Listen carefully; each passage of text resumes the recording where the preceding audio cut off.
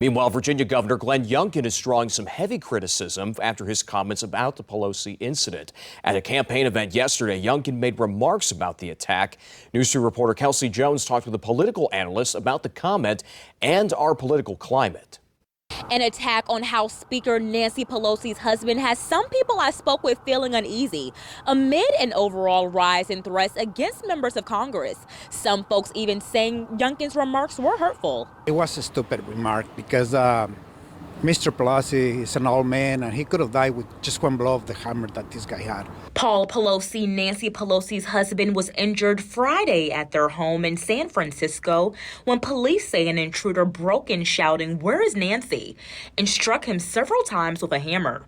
Youngkin was campaigning for a GOP House candidate when he told the crowd, "There's no room for violence anywhere, but we're going to send her back to be with him in California. That's what we're going to go do." One Jersey man I spoke with visiting Norfolk tells me he's not fazed by the remarks. I don't follow politics because I think a lot of better choices should be made. So whatever he does, he does. I reached out to Youngkin's spokesperson who sent us a statement saying, quote, "As the governor clearly said, the assault on Paul Pelosi was wrong and there is no place for violence. He wishes him a full recovery and is keeping the Pelosi family in his prayers."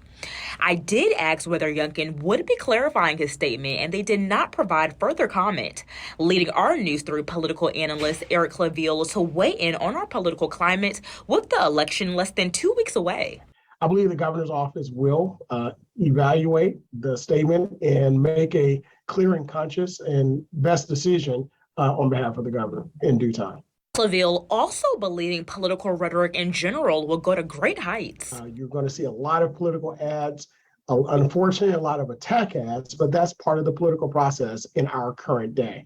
So you're going to see a lot of that within the next week or so. 2nd District Congresswoman Elaine Luria condemned the attack on Pelosi's husband, saying in part, "Any attempt to diminish or make light of the attack on Paul Pelosi should be condemned in the strongest possible terms."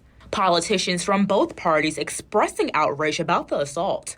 Newport News Republican Cliff Dunn says in part, quote, "There's clearly no room for violence in politics. Attacks like these, regardless of who does them or what their motive might be, should be dealt with in the harshest manner possible." I did reach out to Republican State Senator Jen Kagan's team for any remarks on Governor Glenn Youngkin's comments, but they have not responded thus far. In Norfolk, I'm Kelsey Jones, News 3.